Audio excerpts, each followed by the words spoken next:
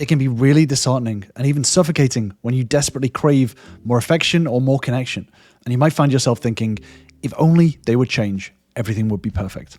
There's a lot of people that feel trapped, wishing their partners could morph into their ideal versions.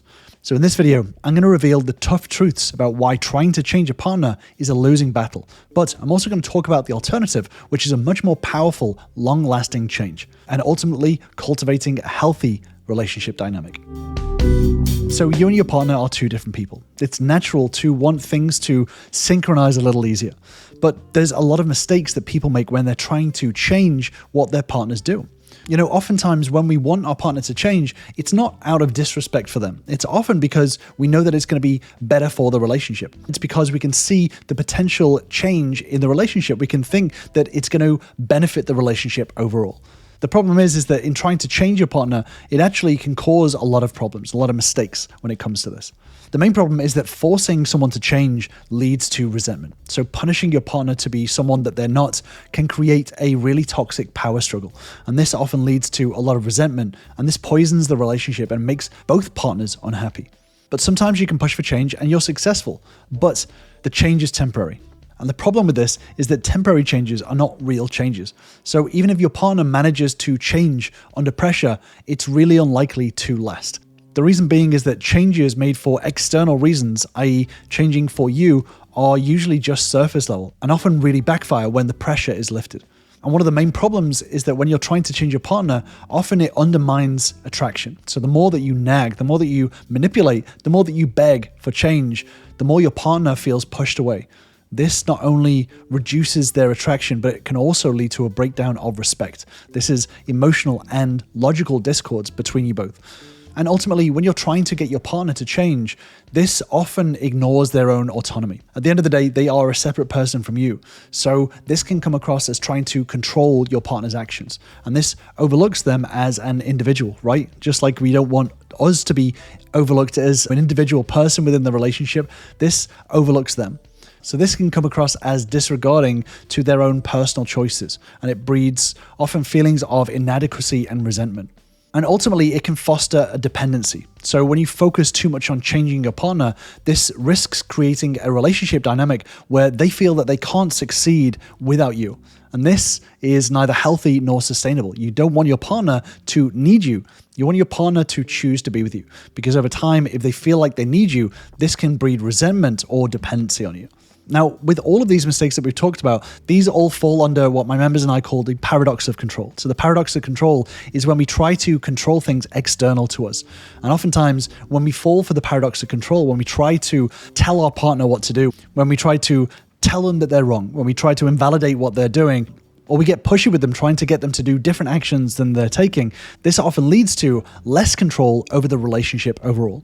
When you fall for the paradox of control, you end up with less control over the relationship because it breeds resentment, it breaks emotional safety, and it ultimately breaks intellectual intimacy, which is kind of like the respect within the relationship. This is not just ineffective, it actively damages the relationship long term. So the question is, how do we change the relationship without changing our partner? What do we do if we can't control somebody else, but we want to change the relationship? Well, it's really important to understand some crucial points.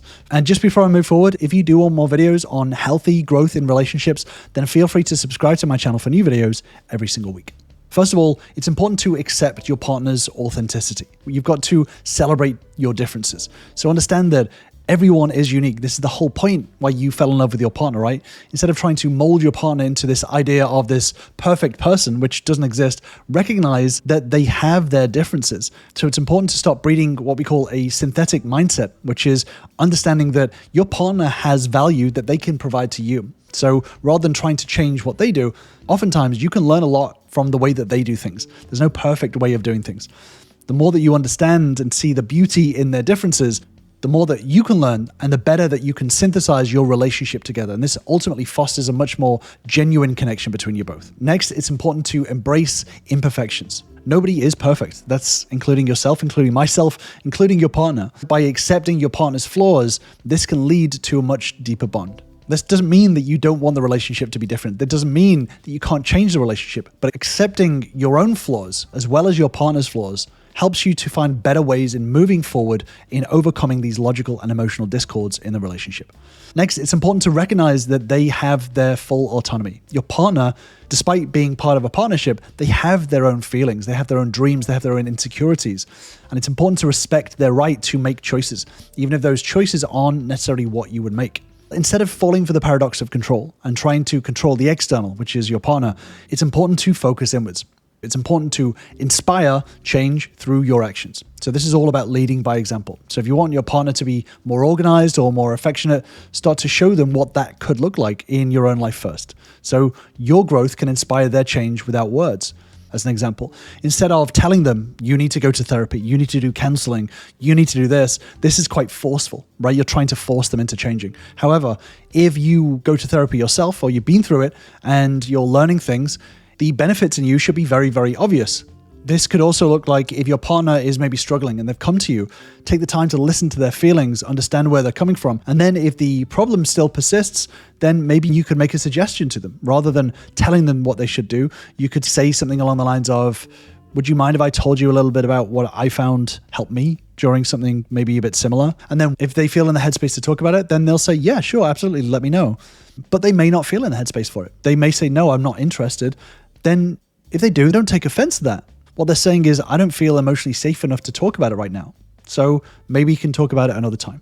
It's really important that you don't force any conversations on someone that doesn't want to have those conversations, while also leaving the door open for them to talk about it in the future. So you could say something along the lines of, I understand that you may not feel comfortable talking about that right now, but if you do want to talk about it, then my door's always open. In this way, it means that you're not treading on their own autonomy. You're treating them as an individual who's wise enough to make their own choices in life, whilst also suggesting that maybe there's a different way that they might be missing. In this way, you get to show them what things could look like without forcing anything down their throat. Next, it's really crucial to celebrate their efforts. So when your partner does show signs, enthusiasm, or even a small sign of change, it's really important to acknowledge it and celebrate it. Positive reinforcement is a really, really powerful motivator. And when it comes to this, oftentimes people can think, why should I celebrate the bare minimum? Why should I celebrate any sort of effort whatsoever when it's not achieving the outcome? Well, the problem is that if someone feels so demotivated, if someone doesn't feel inspired to change, then punishing them is actually even more demotivating. And this is what a lot of people don't realize, is that in relationships, when you're punishing, when you're punitive, when you're talking down to people, this doesn't inspire them to grow. It actually creates a really negative environment where they feel like, even if I do grow, I'm still going to be spoken to in a bad way. I'm still going to be told what to do.